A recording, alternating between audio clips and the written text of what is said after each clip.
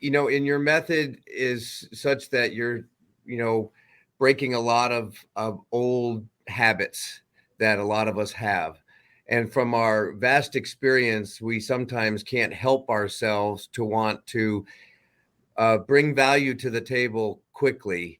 So is there some tools or practices or things that we could use to kind of help ourselves, despite ourselves, to not go down that path? Maybe some trigger things, aside from obviously practicing for it, but to not allow something to let us go down the path that we're so used to doing. Great question.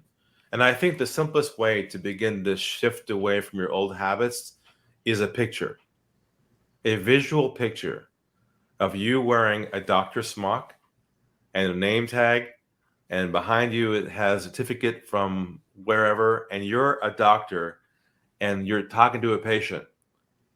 Doctors don't educate or provide advice until after they've done a full diagnostic to determine the actual problem and the impact of it.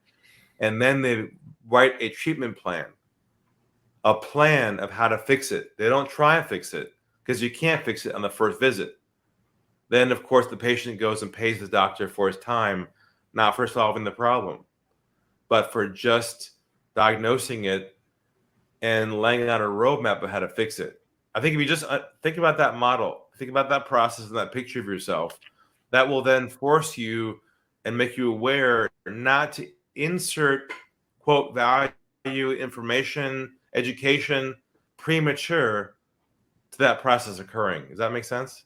Yes. I like that. That analogy works really well if I can just keep remembering it. Yeah, just got to remember that doctor model. And I mean, literally, if we just mirror what they do and apply it to what you do and don't add things in from our past, then you'll start to see things change right away in terms of your own habits, because you'll find yourself being more aware when you're jumping in early or talking too much. You'll feel uncomfortable doing that because you realize, oh, wait a second. My job is to listen, to unpack, to analyze, diagnose, do an MRI, so to speak, before I can lay out a treatment plan, in your case, a roadmap of what the process is for solve the problem. So any information or ideas or content all has to occur once they've agreed to the plan. So just think about the sequence of those events. Then you'll know when to insert what and when. Once you kind of get that model in your mind down, I think that's the fastest way to get this clicking in your brain. I think I need to get a wristband that says WWYDD. What would your doctor do?